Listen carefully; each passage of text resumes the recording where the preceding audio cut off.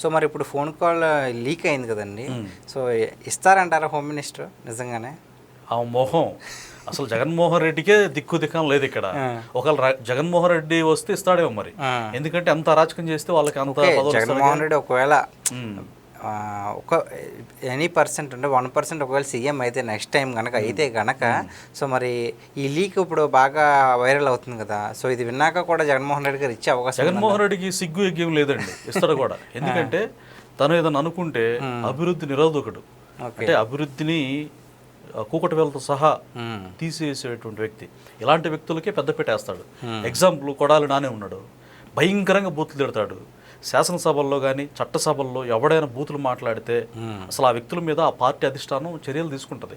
లేకపోతే ఒక్క విమర్శ వస్తేనే గతంలో ప్రజాప్రతినిధులు ఒక విమర్శ వస్తేనే ఆ పదవికి ఎమ్మెల్యే కావచ్చు, ఎంపీ కావచ్చు, లేకపోతే మంత్రి కావచ్చు, ఆ పదవికి రాజీనామా చేసి వైదొలుగుతారు. కానీ ఇక్కడ ఎవడ బూతులు తిడితే ఎవడ దాడులు చేస్తే వాళ్ళకి టికెట్లు ఇస్తాడు జగన్మోహన్ రెడ్డి. ఎగ్జాంపుల్ జోగి రమేష్ టీడీపీ కేంద్ర కార్యాలయం మీద మంగళగిరిలో దాడి చేశాడు, చాలా మందితో వెళ్ళి గుంపుతో వెళ్ళి. తర్వాత చంద్రబాబు నాయుడు గారి ఇంటి మీద దాడి చేశారు, అతనికి మంత్రి పదవి ఇచ్చాడు.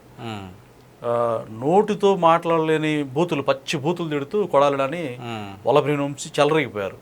వల్లభనేని వంశీకి ఎమ్మెల్యే టికెట్ ఇచ్చాడు, అంటే మంత్రి కంటే ఎక్కువ అన్అఫీషియల్గా అతను సంపాదించుకున్నాడు.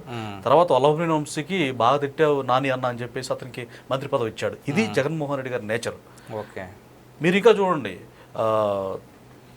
సోషల్ మీడియాలో బూతులతో చెలరేగిపోయిన వ్యక్తులకు కూడా మంచి ప్యాకేజీలు పేటీఎం ఇస్తూ,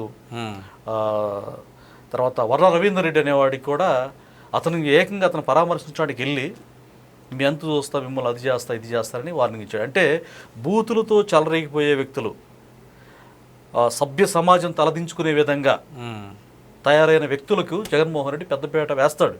కాకపోతే ఈ బేబీ లత అని ఆవిడ మరి క్యాపబిలిటీ ఏందో కెపాసిటీ ఏందో ప్రజలందరికీ తెలుసు.